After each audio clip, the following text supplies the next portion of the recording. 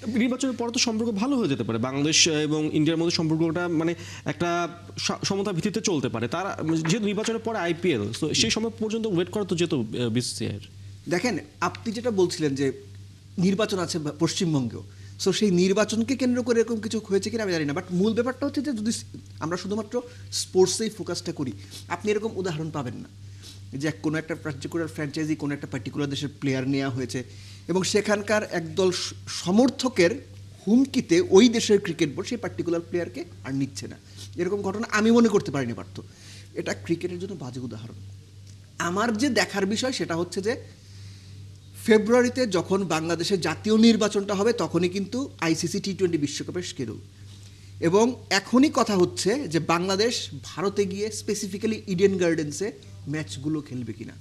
আমি মনে করি বাংলাদেশের পক্ষ থেকে, বাংলাদেশ ক্রিকেট বোর্ডের পক্ষ থেকে আইসিসিকে কড়া বার্তা দেওয়া উচিত, আমরা কলকাতায় ম্যাচ খেলবো না, ভারতেই ম্যাচ খেলবো, not that, make a space. না, আমরা দেখতে পাচ্ছি যে উত্তরপ্রদেশ থেকেও ওখানকার যে একজন বিজেপি নেতা রয়েছেন, সঙ্গীত সিং সোম তার নাম সম্ভবত, এবং কিছু কংগ্রেস নেত্রীরাও রয়েছেন, কিছু ধর্মীয় গুরুরাও রয়েছে, হিন্দু মুসলিম দুই দিক থেকে। আমরা দেখতে পেয়েছি গতকালকে নিউজ হয়েছে গত পরশুদিনকে যে অল ইন্ডিয়া ইমাম অর্গানাইজেশনের প্রধান ইমাম তিনিও আসলে মুস্তাফিজকে দলে নিয়ে শাহরুখ খানকে তুলোধুনো করেছেন।